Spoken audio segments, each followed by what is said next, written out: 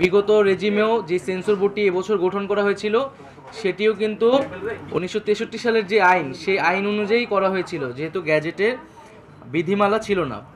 ফলে সেই ধারাবাহিকতায় সেটাকে অনুসরণ করেই আপাতকালীন সময়ে সিনেমার জগতে যাতে আর্থিক ক্ষতি না আসে ব্যবসায়ীদের, এই কারণে একটা আপাতকালীন আমরা সেন্সর বোর্ড তৈরি করেছিলাম। কিন্তু আমরা দেখতে পাচ্ছি যে যেহেতু 2023 সালে একটি আইন হয়ে গিয়েছে গ্যাজেট, এবং এই আইনটি নিয়ে আমরা আজকের মিটিংয়ে দীর্ঘ পর্যালোচনা আলোচনা করেছি। এখানে আইন মন্ত্রণালয়ের পক্ষ থেকেও প্রতিনিধি ছিলেন। তো সকলের মতামতের ভিত্তিতে আমরা সিদ্ধান্ত নিয়েছি যে আমরা যেই সেন্সর শব্দটিকে সেই শব্দটিকে আমরা বাদ দিয়ে দিচ্ছি, এবং আমাদের যেই 2023 সালের আইন বাংলাদেশ চলচ্চিত্র সার্টিফিকেশন আইন, সেই আইন অনুযায়ী আমরা দ্রুত সময়ের মধ্যে প্রজ্ঞাপন দিয়ে এই সার্টিফিকেশন বোর্ডটাকে পুনর্গঠন করব।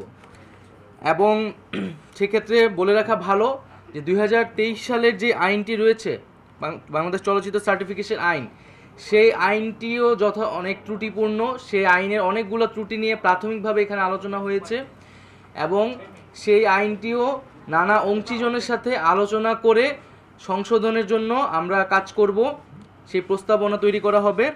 তবে আপাতকালীন আমাদের সিনেমার জগতে যাতে আর্থিক ক্ষতি না আসে, এবং যেহেতু প্রচুর সিনেমা আসলে পেন্ডিং রয়েছে, সেগুলোকে দ্রুত মুক্তির ব্যবস্থা করার জন্য আমরা এই যে সার্টিফিকেশন বোর্ড, সেই সার্টিফিকেশন বোর্ডটি পুনর্গঠন করা হবে প্রজ্ঞাপনের মাধ্যমে, এবং আইনের সাথে সাংঘর্ষিক হবে না। এইভাবে প্রজ্ঞাপন দিয়ে আমরা আপাতকালীন কাজ শুরু করব।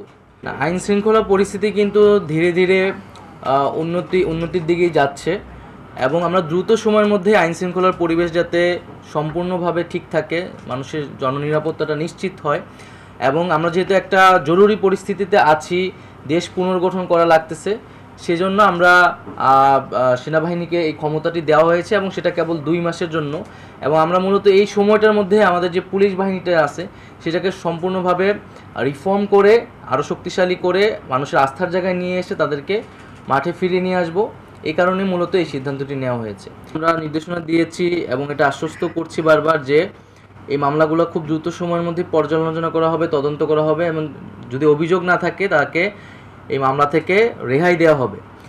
এবং আমরা গতকালও প্রেস ক্লাব এবং এখানে যে সচিবালয়ে যে সাংবাদিক ফোরাম রয়েছে তাদের সাথে বসেছি, এবং আমি ব্যক্তিগতভাবে বলেছি যদি কোনো সাংবাদিকের বিরুদ্ধে এই ধরনের অভিযোগ থাকে বা যাদের ক্ষতিগ্রস্ত হচ্ছে, তথ্য মন্ত্রণালয়ে আপনারা তাদের ইনফরমেশন বা ডিটেলসটা পাঠাবেন, আমরা এখান থেকে দেখব। তবে পাশাপাশি এটাও বলেছি যে কেবলমাত্র সাংবাদিক পরিচয়, সাংস্কৃতিক ব্যক্তিত্ব বা কবি পরিচয়ের কারণে কিন্তু কেউ রেহাই পেয়ে যাবে না।